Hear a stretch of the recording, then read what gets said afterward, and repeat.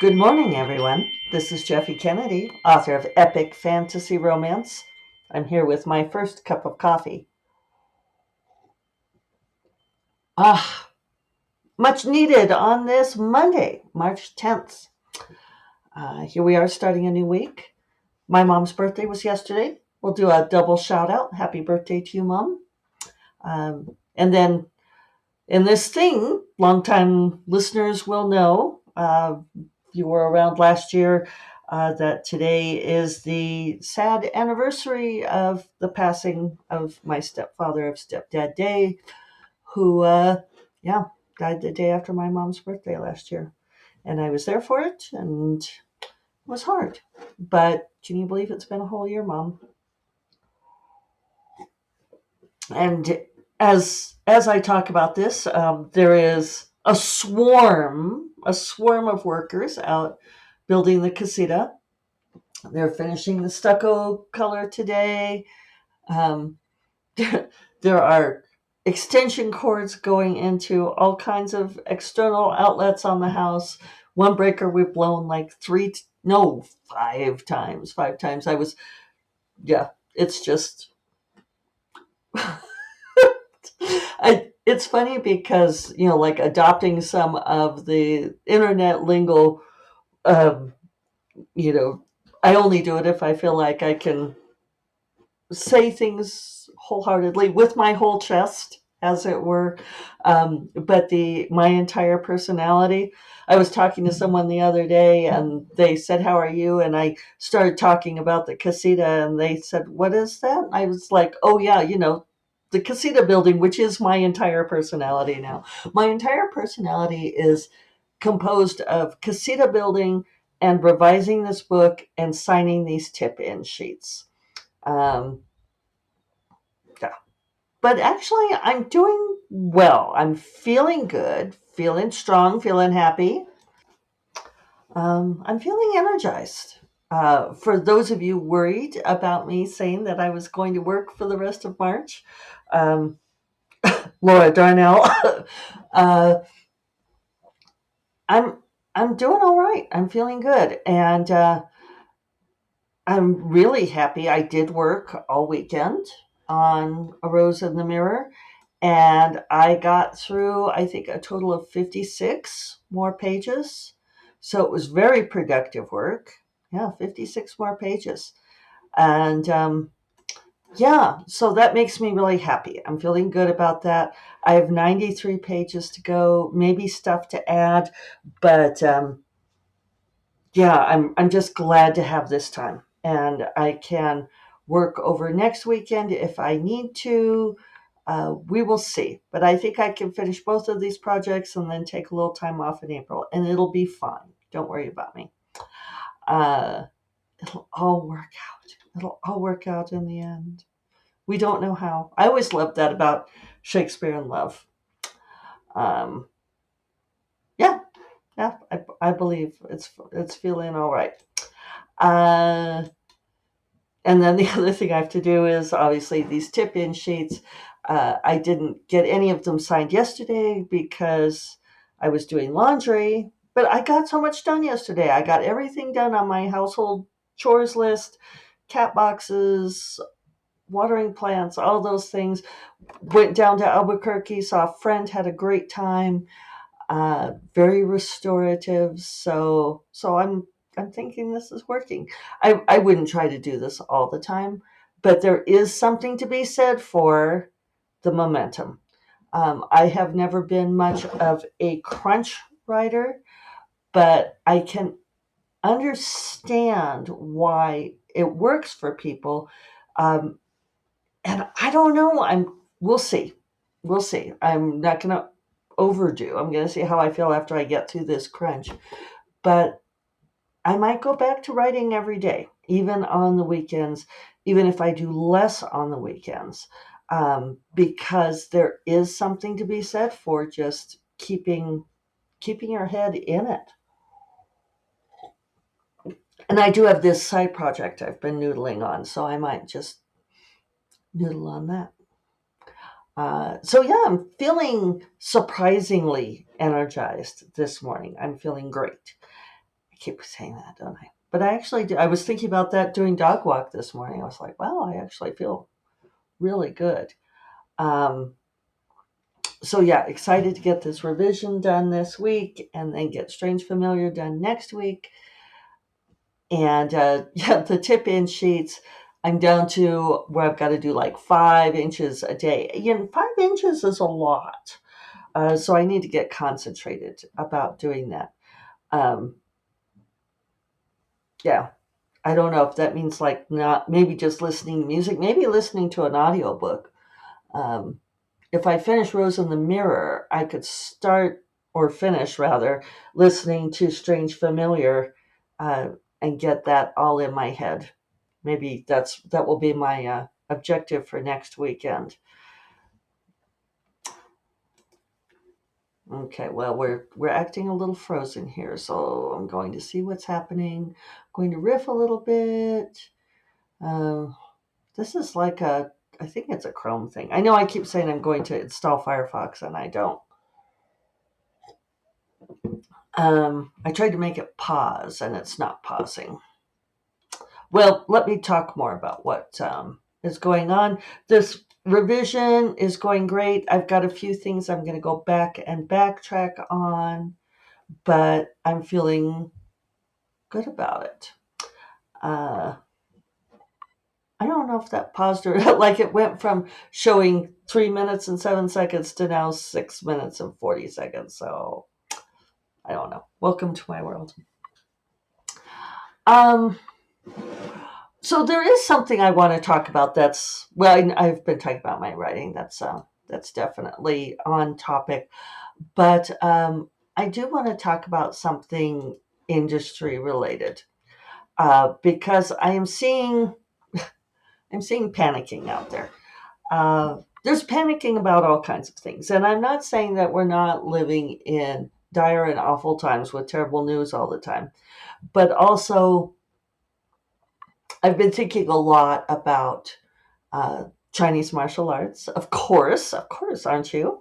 Um, and that part of why these philosophies like Taoism or Buddhism or Confucianism were developed and it's true of many other philosophies, but they were developed as a way of coping with a difficult world. Okay, and you know they all come back to the same thing, which is you know I don't want to say don't worry, be happy, but it's finding ways to maintain your equilibrium. So the current thing that people in my particular circles are freaking out about is the Amazon boycott. And I sort of put that in half air quotes. It's theoretically going from March 7th to March 14th, whereby we will somehow show Amazon what's what, and that people will not shop from Amazon, um, demonstrate our power. Okay, so here's my problem with a whole lot of these boycotts and demonstrations. Um, People are asking, why are we not taking to the streets protesting about the national forests, about Social Security? And some people are protesting, and I think that's great. They're attempting to suppress protesting, which means we need to do it more. But I'm also a believer in picking your battles. Not that we're not going to resist everything, but I think we have to take a step back and look at which things are being effectively resisted, because there's a whole lot happening in the courts right now to stop Trump and his cronies from doing the very illegal things they're attempting to do. And the court system is an effective way to battle that. I'm not saying that boycotts don't. Um, I am very picky about where I spend my money. I, will not shop at Home Depot. I will not shop at Hobby Lobby or Chick-fil-A. Um, I am making a huge effort, actually, for me, quite a huge effort to shop local. I don't go to my beloved Starbucks anymore. Less out of a dislike of Starbucks policies, although there are problems, but supporting local businesses, keeping money in the community instead of going to these oligarchs. So, so yeah, avoiding buying stuff from Amazon is a thing that we can all do. Um, the thing is that Amazon is a huge, sprawling conglomerate, obviously, but there are a lot of individual sellers that have taken advantage of the Amazon marketplace. Self-publishing exists as a viable career option because of Amazon. I feel like I'm not putting that too strongly. Yes, the other retail platforms have come up, but if we had not been able to sell our books through Amazon, uh, the just self-publishing wouldn't have been the option that it is now. So there's a lot of talk that with this boycott for the week, which is going to show Jeff Bezos. I'm sorry, I think it's going to show him absolutely nothing because there's going to be, they make so much money. Sure, don't spend your dollars there. Buy directly from other websites. I mean, that's something you can do is, when you find something on Amazon, you can look for that seller and go buy directly from their website. Or when you Google something and you want to buy, like a certain kind of vitamin C, maybe, go buy it from a vitamin seller that you can vet instead of buying it through Amazon. It takes longer. It's not as convenient. Amazon made these things super convenient for us. So yeah, I mean, those are things that we can do. Part of this boycott and why people are freaking out in my circles, and I don't mean to sound unsympathetic. Okay, it's legit freaking out. But there are a lot of authors out there who derive most of their money from Kindle Unlimited, and the boycott is affecting them. And, I've talked a lot on here about Kindle Unlimited and part of my problems with it. One thing about it is that in order to be in Kindle Unlimited, if you're an indie author, you have to be exclusive to them. You cannot have your books on any other retailer. So that's why we talk about that either you're KU or you're wide. Either you have your books in Kindle Unlimited or you have them wide on every platform and not in Kindle Unlimited. Now, the publishers have negotiated a different deal with Amazon, and they are able to have books in KU and also have them wide, and they have a different royalty percentage. And I know exactly what these numbers are for Macmillan because Tor sent me an email the other day saying that they want to put Never the Roses in Kindle Unlimited as well as wide, and here are the terms, and did I accept it? And I said yes, because more readers is better. The problem with Kindle Unlimited, and has always been the problem with Kindle Unlimited, is the exclusivity. It is putting all of your eggs in one basket. And apparently, I hadn't seen this, but a few of my author friends have been talking about it, having to mute people who are wide, who are being rather insufferable in this moment, doing the I told you so.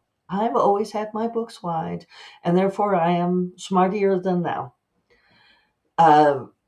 And some of this comes from a feeling that KU authors are making more money, which I don't know. Some are. The ones who have found their niche on Kindle Unlimited.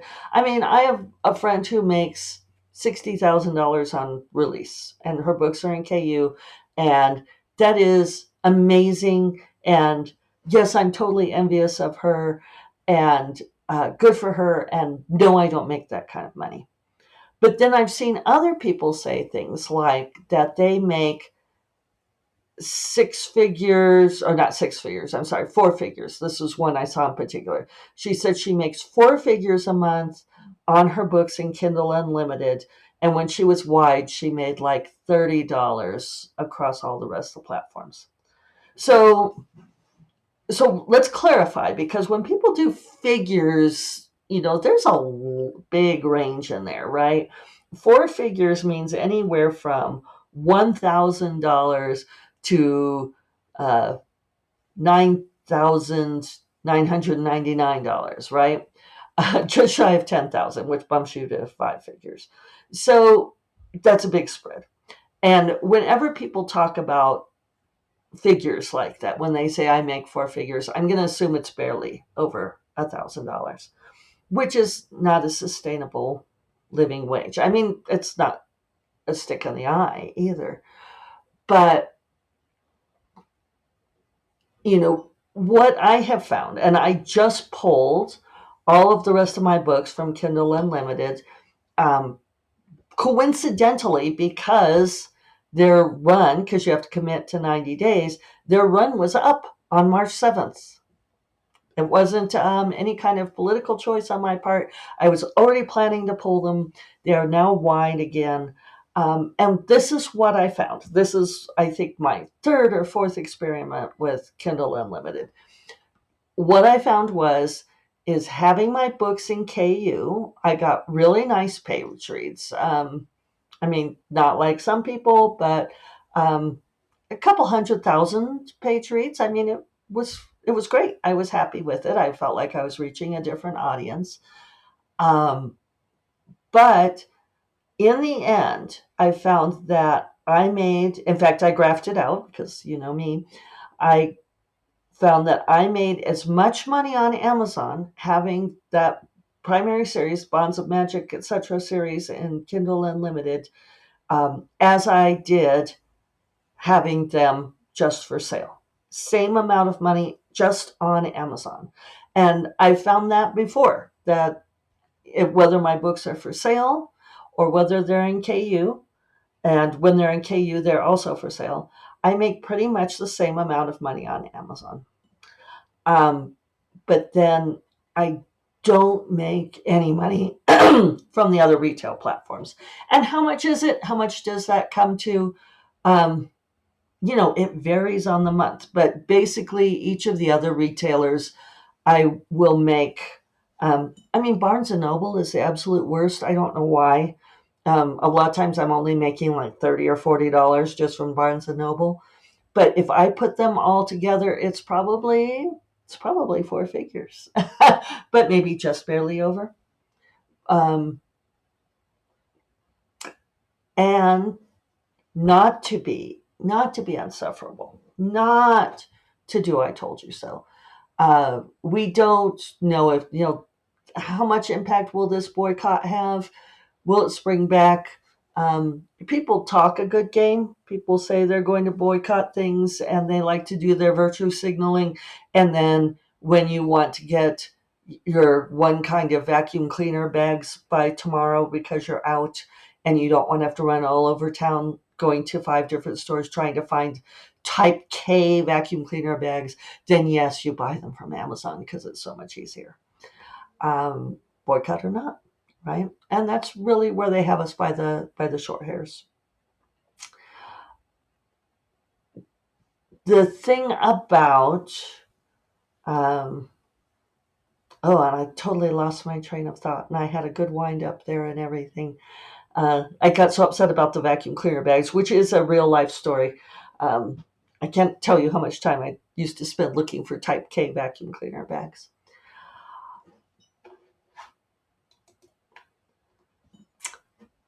The problem with Kindle Unlimited is that exclusivity.